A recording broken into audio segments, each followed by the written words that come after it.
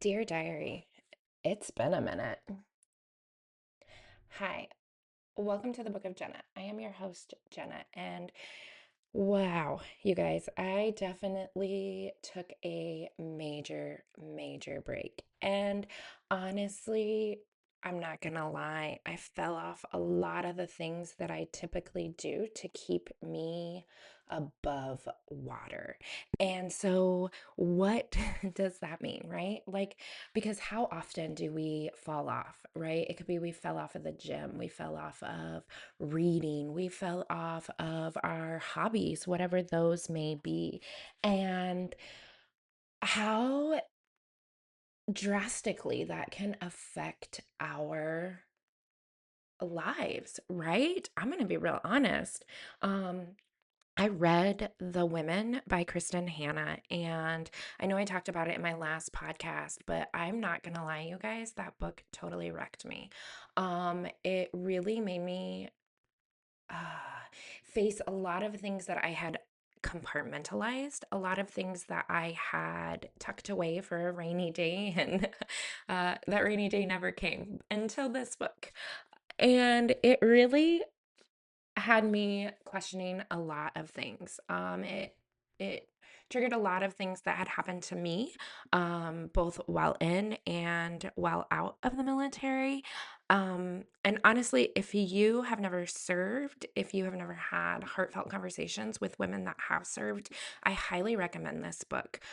It's an incredible perspective, and I will say that it is Kristen Hanna does her due diligence, and it is pretty accurate, pretty spot on, especially for women in the military and what we go through afterwards.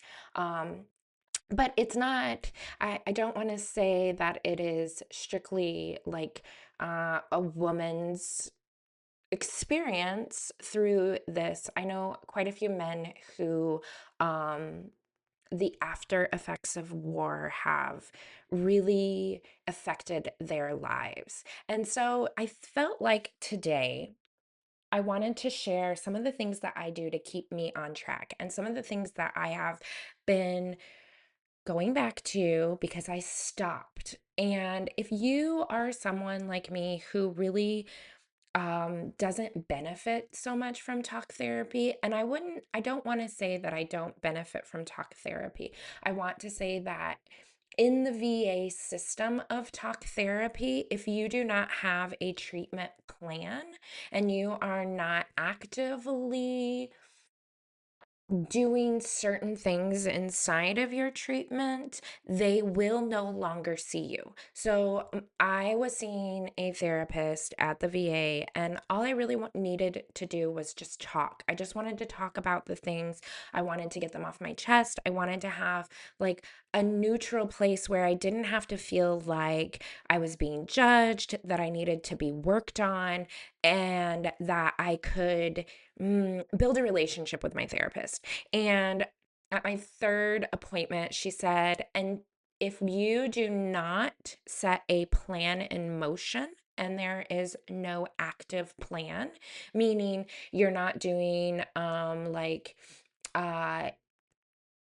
the different therapy modalities, CBT, I don't even know all of them. EDMR, I think, is another one.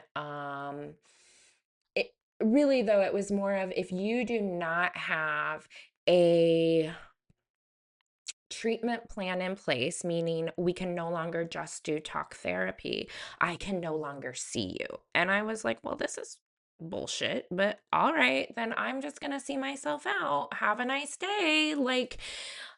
I'm a firm believer in not everything works for everyone.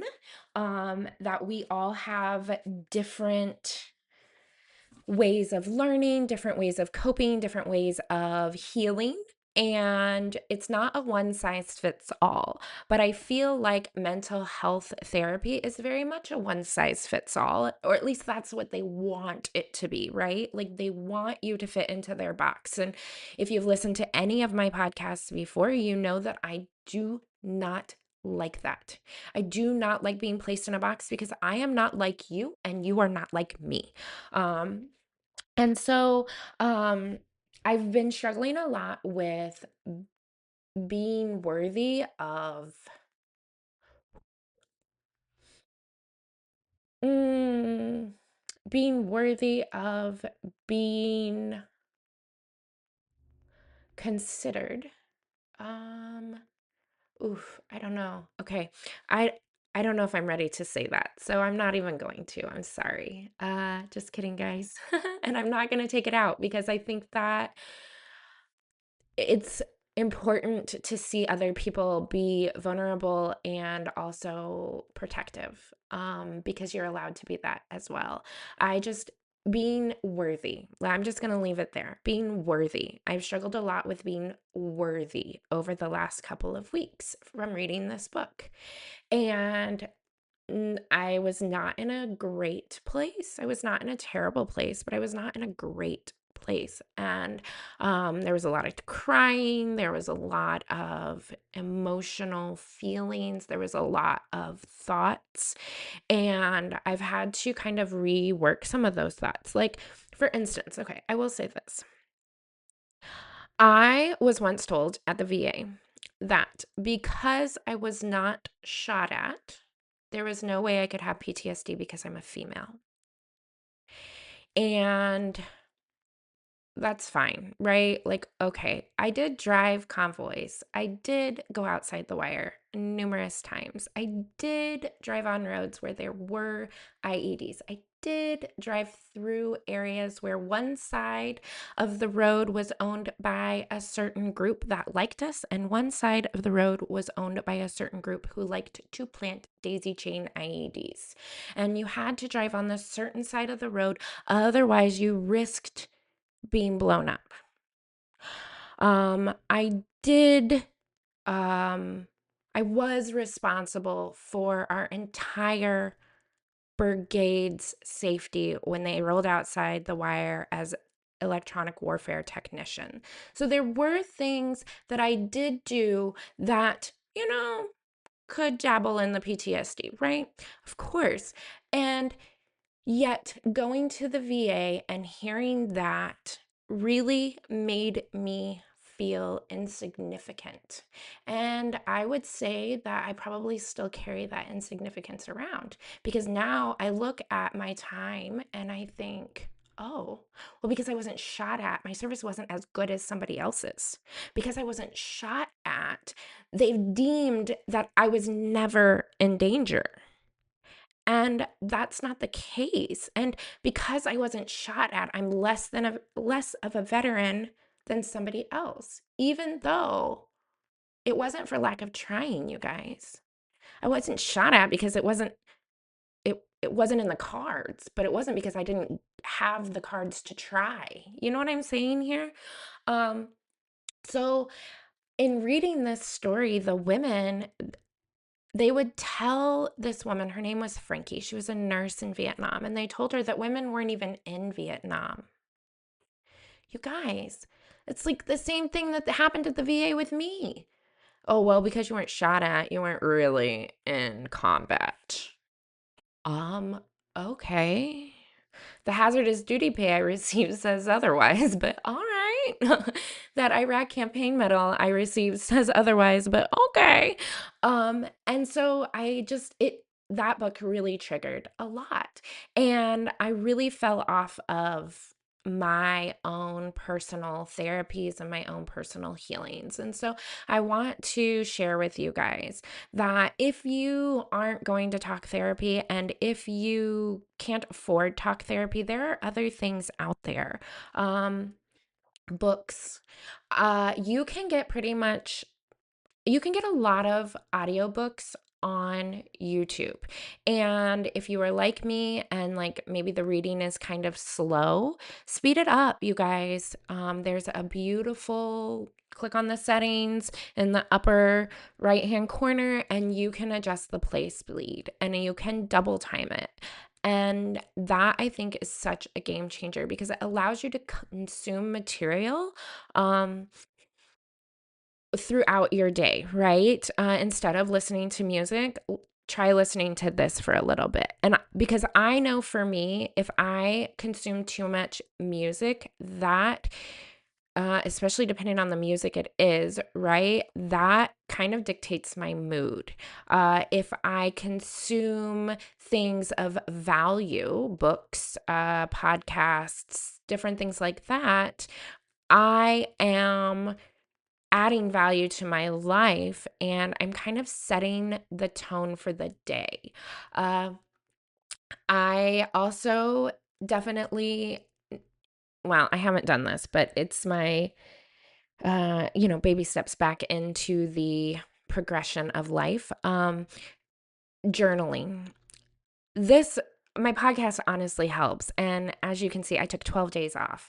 I needed it though. Like I needed to go backwards so that I could see where I need to adjust and where I need to refocus, right? And for me it was it's refocusing on my worth and refocusing on that what I did was actually enough and it was brave and it was important. Um and it was powerful.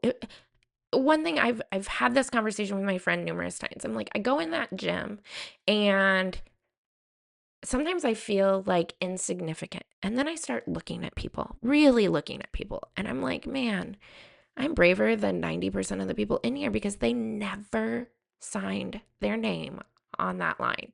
And sometimes I feel insignificant because I didn't serve 20 years. I didn't stay in the military. So like, you know, it's not powerful enough, right? And I think that we have to remember that small things are still powerful. 4 years, a deployment to Iraq, that's still powerful and it's still important and it's still significant, even if I didn't do 8 deployments, even if I didn't do 2 deployments, even if I didn't stay in for 10 years, even if I didn't stay in for 20 years. The thing that I did, it was still powerful. And I think that we can apply that to a lot of places in our lives, right? Sometimes it's just that one small yes, even if it was like not a good yes, right? I have some friends who have maybe they didn't make the best choices and they said yes to things that they should have said no to, but that yes was still powerful because it allowed for them to experience a different part of life so that they could learn about themselves. I had no idea how strong I was until I joined the army. I had no idea what I was capable of until I joined the army. I had no idea that I could push my boundaries and my limits as hard as I could until I joined the army. And I do think that was such a significant impact in the rest of my life, right? Like, if it wasn't for the army, I wouldn't have my kid. If it wasn't for the army, I wouldn't have my career. If it wasn't for the army, I wouldn't have my boyfriend. If it wasn't for the army, I wouldn't have my friends. If it wasn't for the army, I wouldn't have the house I do. If it wasn't for the army, you get the point, right? If it wasn't for the army. And so sometimes I've always had like this, well, actually, I will say this. One thing that has happened over this course of 2 weeks is that I have a new love for the army. Okay. The army may have fucked me up and they may have made my life a little bit more difficult in certain aspects. But at the end of the day, I'm so grateful. I am so proud. I am so honored. I am so honored to have been able to serve my country. And I think one of my goals in this next year is to reframe my service to show love and appreciation for it, and to be proud of it. I used to hide it. Like, I'm not going to tell very many people that I was in the army because I felt like it was so insignificant. But when I do tell people, especially civilians, and I tell them everything that I've done, they're like, holy shit, I never could have done that. And I'm like, really? Really? I think so. But then the more I look at it, the more I'm like, no, no. These people never could have done what I did. And the same goes for you in the path of your life. People could never do what you did.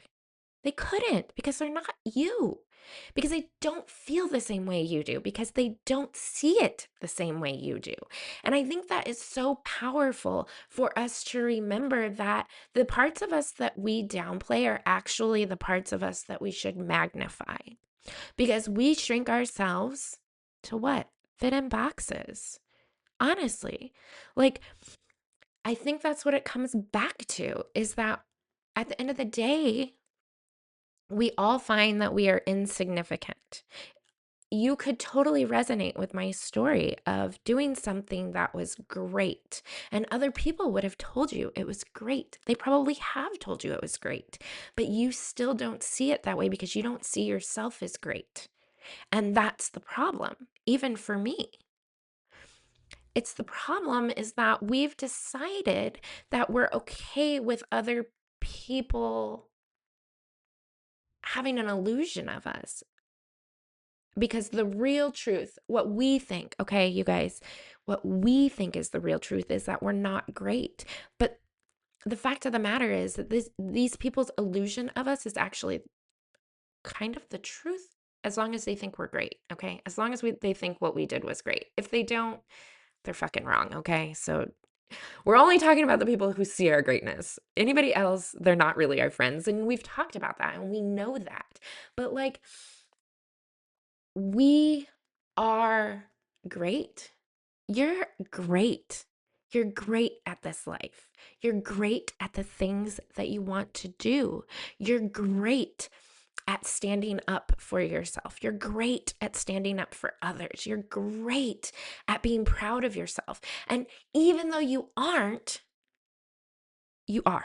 Okay? And that's the trick, is rewriting the narrative to where you're proud of yourself. It's like me going into the gym and saying, okay, well, you know what? I'm brave because not everybody in the parking lot has the plates I have. Not everybody in the parking lot has got an army sticker on there. Not everybody in the parking lot has Iraq combat veteran on their car. You know what I mean? Like, not everybody in the parking lot has even knows where Iraq is.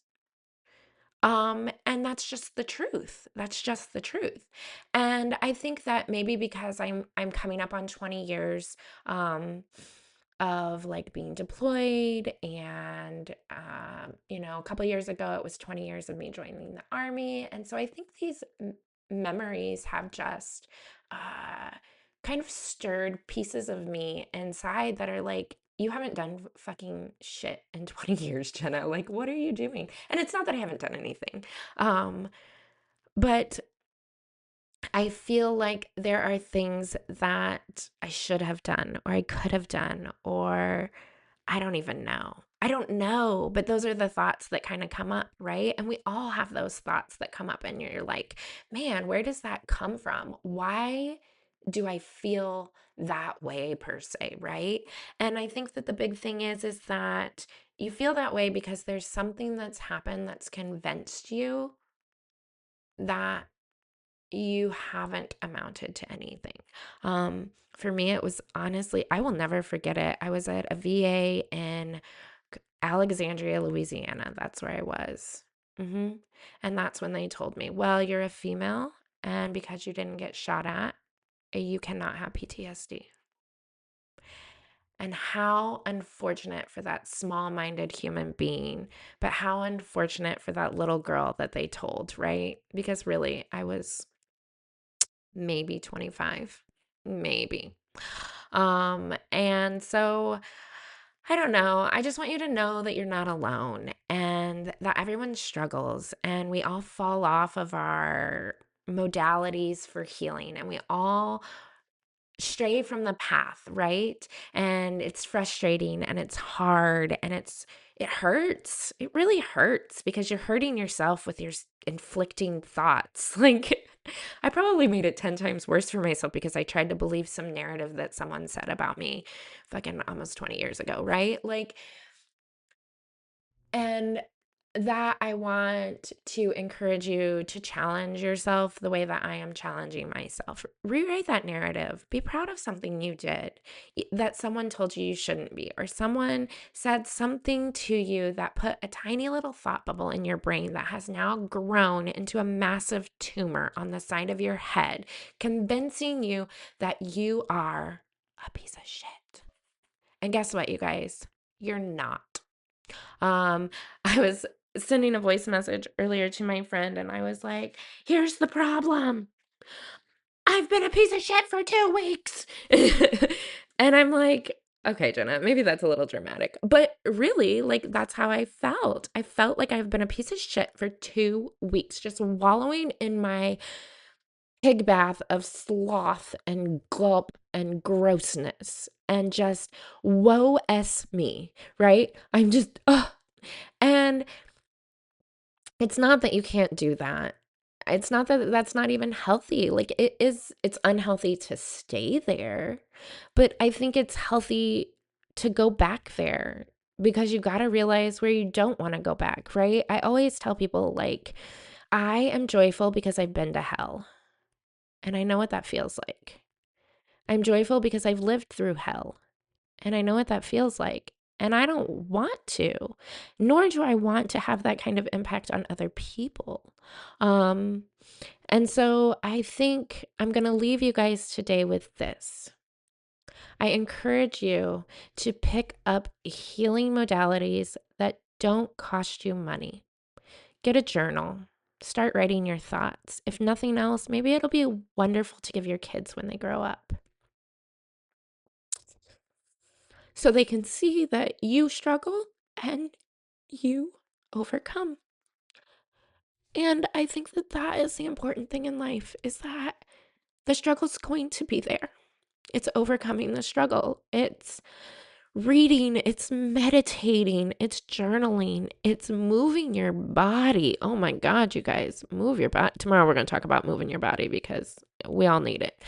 But I encourage you to not be a piece of shit today. Be the shit. Be the shit. Everywhere you walk, know that you are the shit because you've made it this far through your journey. Because a different person would have quit. A different person would have given up. Someone else has looked at what you've gone through and said, there is no fucking way I could have made it through that. And yet you did. So hold your head high. Be the shit. Go through life today owning everything, your flaws, your perfections, your shortcomings, and your accomplishments. Own them all. Be proud of all of them. Because without them, you wouldn't be the person you are today. Without them, you wouldn't have made it to this moment. And they're all a woven story that creates you and makes you incredible. It makes you the shit, my friend. You are the shit. So, with that being said, I hope that you have a beautiful day. I hope that you are getting back on the things that make you feel good, that add value to your life, that inspire you every day, that encourage you to show up for your friends, for your family, for your kids in ways that make you proud of yourself, in ways that make you feel like your best self. Because quite frankly, my friend, that's what you deserve. All right. I love you guys, and I hope you have a beautiful day. Thanks for listening.